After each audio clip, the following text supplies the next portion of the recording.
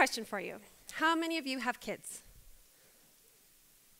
Okay, good, lots, more than half. How many of you have wild kids? Awkward. Awkward laughing. So it's interesting because as parents, we love to brag about our kids, rightfully so. They're good in sports, they're good at school, they're good at home, but we don't brag about how wild they are. And why is that when wild is such a great thing to be?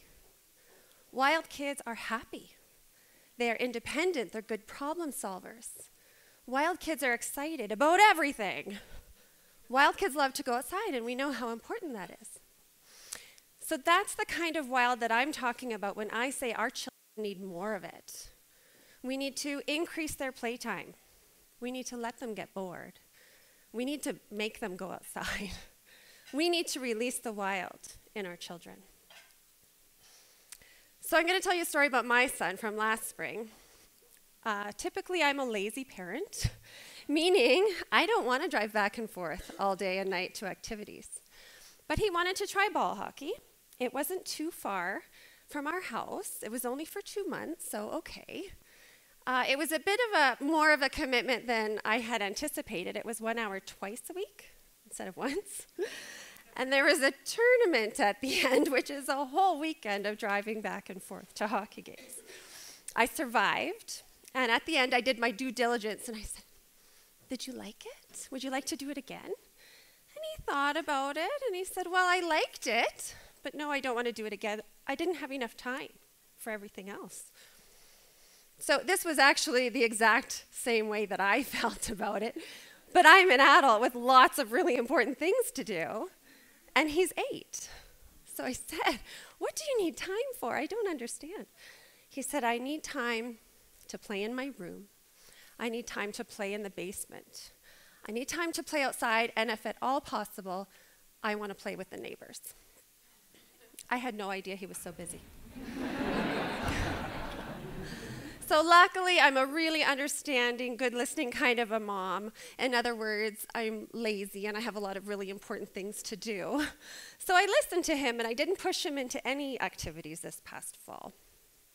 Something else that we should consider when we're debating about our child's activities is the difference between adult-driven and child-driven. So most of those fabulous extracurricular activities are adult-led. There's rules. The kids have to conform to the expectations of the activity. Compare that to child-driven activities. The child decides what to do. The child decides what to play with. The child decides how long to play it, what the rules are, and what happens to the rule breakers. So in other words, they are developing really important skills. They're developing language skills, math skills, problem-solving skills, leadership skills. They're actually growing their brains in really meaningful ways. So if you're trying to decide if the activities are a problem, you do a self-check, and you decide as a parent, are you stressed?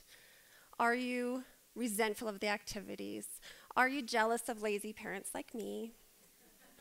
And then you do a kid check, and is your kid stressed? Is your kid unusually tired? Is your child resembling a grumpy old man? And then you can also always ask your child, and you might be surprised by their answers, like I was. So if you decide to take out some of the scheduled activities from your child's life, you might find them bored a little more often. It's okay, it's normal, it's to be expected, and it's actually a really good thing. Boredom is not a problem that we have to solve for our children. Boredom is a way for them to learn how to interact with the world around them. And boredom is a really good thing.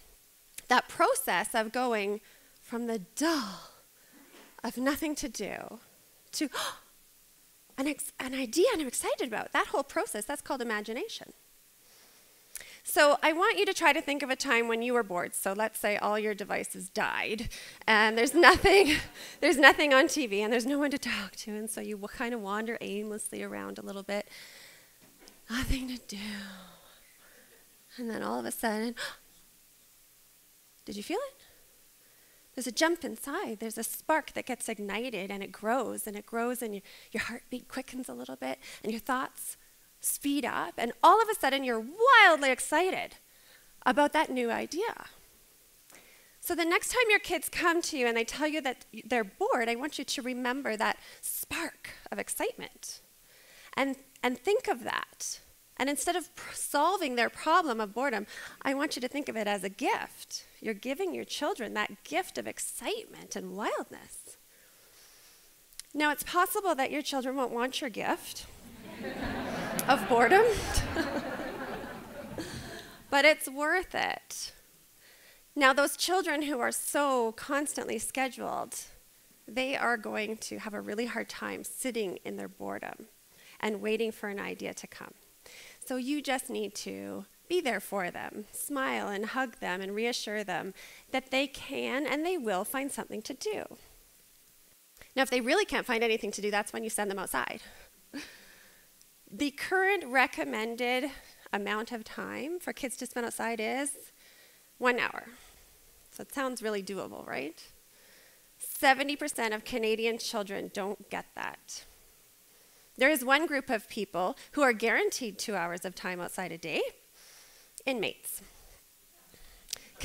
Convicted criminals are guaranteed their time outside every day. So when I was a teenager, maybe acting like an inmate, my mom would send me outside. If it was winter, I usually had to shovel the driveway, the long driveway. And if it was summer, I just had to get out. But the point is, by the time I got back inside, my troubles, whatever was going on, they were long forgotten, and I felt fabulous. So my mom was actually really onto something, not that I ever told her that. What did you use to answer people when they would say, "What is your favorite school subject?" Recess. And there's a reason. For that 15 minutes, kids get to go outside. They get to be wild and play and jump and scream. They get to be wild for the 15 minutes. And if you've ever really seriously wondered about the importance of consistent time outside, you just have to talk to an elementary school teacher after a week of indoor recesses. Being outside in nature is wondrous. Bugs and sticks and snow are an endless source of fascination with my kids. And we all know the benefits of being outside: the increased vitamin D, the increased physical activity, again, the important skills, the child-driven learning skills. Those are all so important. Now, you might be sitting in your chair with your arms crossed, thinking, "Laurie, if my kid gets any more wild, they're going to end up with a guaranteed 2 hours of time outside." And that's okay.